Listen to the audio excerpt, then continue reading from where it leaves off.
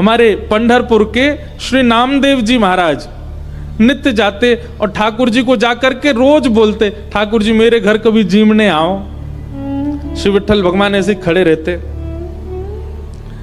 नामदेव जी रोज जाते, बोले मेरी मैया इतना बढ़िया प्रसाद बनाती है, ठाकुर जी जीमने आओ। तो नामदेव जी से कभी कभी ठाकुर जी बोलते थे, ठाकुर जी कहें पूरी दुनिया यहीं लेके आ जाती है, तू भी लिया यहीं पे, हम यहीं खड़े यहीं पालेंगे। बोले नहीं, मेरे घर आओ पाने के लिए।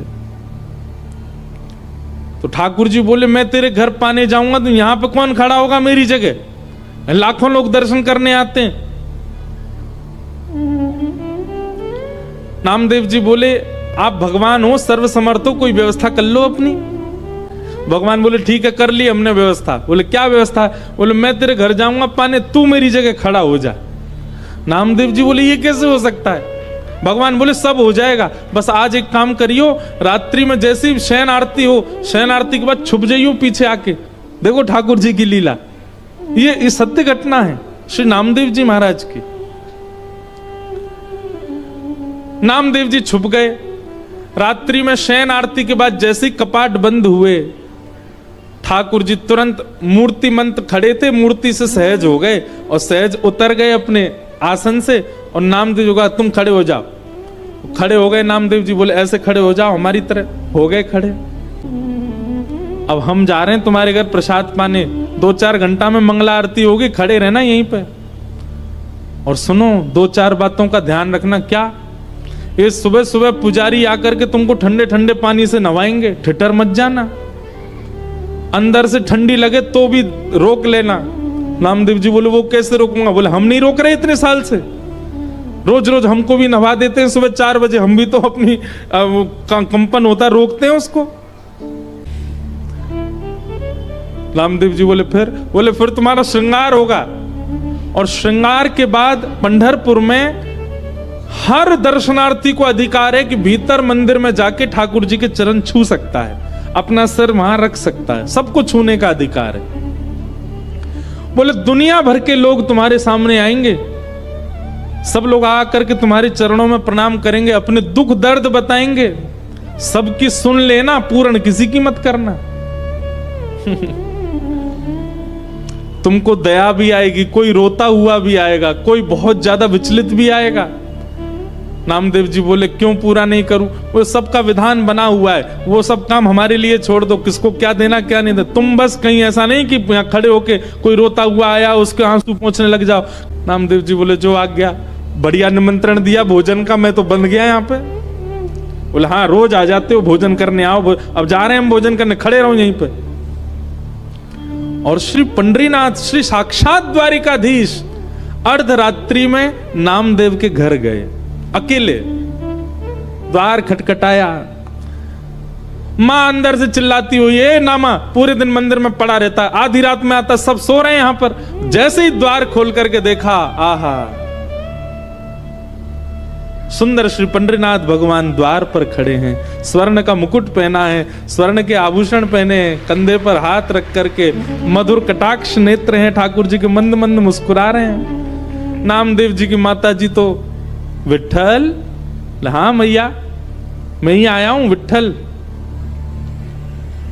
नामदेव रोज निमंत्रण लेके आता, मेरे घर प्रसाद पाने आओ, मैं आ गया।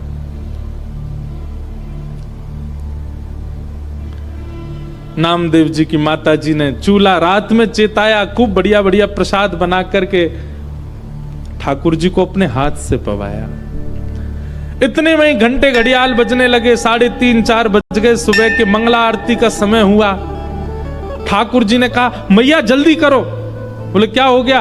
अब आपको मंगला में जाना है? बोले मंगला में अब मैं तो व्यवस्था करके आया हूं वहां पे, लेकिन मुझे आज तक तो मैं दर्शन देता था काकड़ा आरती में, मंगला आरती में, आज मैं दर्शन करने जाऊंगा। मैया बोली क्या करूं? बोले काली सौल लेके आओ। और मैया सौल लेके आई। ठाकुर जी ने अपने मुकुट उकुट उतार करके, आभूषण उतार करके, और काली सौल में बढ़िया स्वयं को लपेट लिया, किसी को पहचान में नहीं आवे। कारे कारे तो ठाकुर जी हैं, काली सौल और ओढ़ ली। अब तो निकल पड़े, दौड़ के जा रहे हैं देखने के लिए नामदेव कैसा लग रहा है मेरे स्थान पर खड़ा होके। दर्शनार्थी लाइन लगा करके खड़े थे, उन्हीं में ठाकुर जी खड़े हैं और दूर से ही निहार रहे हैं। नामदेव जी चुपचाप नेत्र बंद करके हाथ बिल्कुल कमर पर, जैसे पंडरीनाथ भगवान खड़े होते हैं बिल्कुल वैसे ही खड़े हैं। और ठाकुर जी दूर से ही देख करके नामदेव की बलियां ले रहे हैं। आहा मेरो नामा कितना अच्छा लग रहा है। गर्भगृह में जैसे ही ठाकुर जी पहुंचे, ठाकुर जी के आते ही नामदेव जी को पता चल गया कि ठाकुर जी आए हैं। सो नामदेव जी मन में सोचे सब प्रणाम कर रहे हैं, कि ठाकुर जी प्रणाम नहीं कर ले मुझको, मैं कैसे रोक पाऊंगा, ठाकुर जी प्रणाम कर रहे हैं। ठाकुर जी गए, नामदेव जी को देखा, नामदेव जी को देख करके जैसे ही नीचे सर झुकाया, नामदेव जी के नेत्रों से आंसू गिरने लगे। नाथ ये कैसी लीला कर रहे हो आप, बलैया लेने लगे। अद्भुत हैं बंधुओं ठाकुर जी। ठाकुर जी जैसा प्रेम कौन कर सकता है। अपने भक्त को अपने स्थान पर खड़े होकर उसके दर्शन करने आए हैं। पहले तो खूब बलैया ली और फिर उसके बाद ठाकुर जी बोले, ए नामा तुझे नोच के भाग जाऊं, तू जोर से चिल्लाएगा पंडित पुजारियों को पता चल जाएगा। नामदेव जी बोले ऐसा मत करो, मैं किसी को बताऊंगा कि आपने मुझे खड़ा किया, कोई मानेगा और नहीं। ठाकुर जी चिढ़ा रहे हैं नामदेव जी को, नामदेव जी घबरा रहे हैं। ऐसी लीला, इसको कहते हैं रास। क्या कहते हैं? रास। ये लीलाएं जब ठाकुर जी आपके लिए सहज हो जाते हैं, ठाकुर जी आपको प्रायोरिटी देने लग जाते हैं, ठाकुर जी आपके लिए यह भूल जाते हैं कि वे परमात्मा हैं, इसको कहते हैं रास।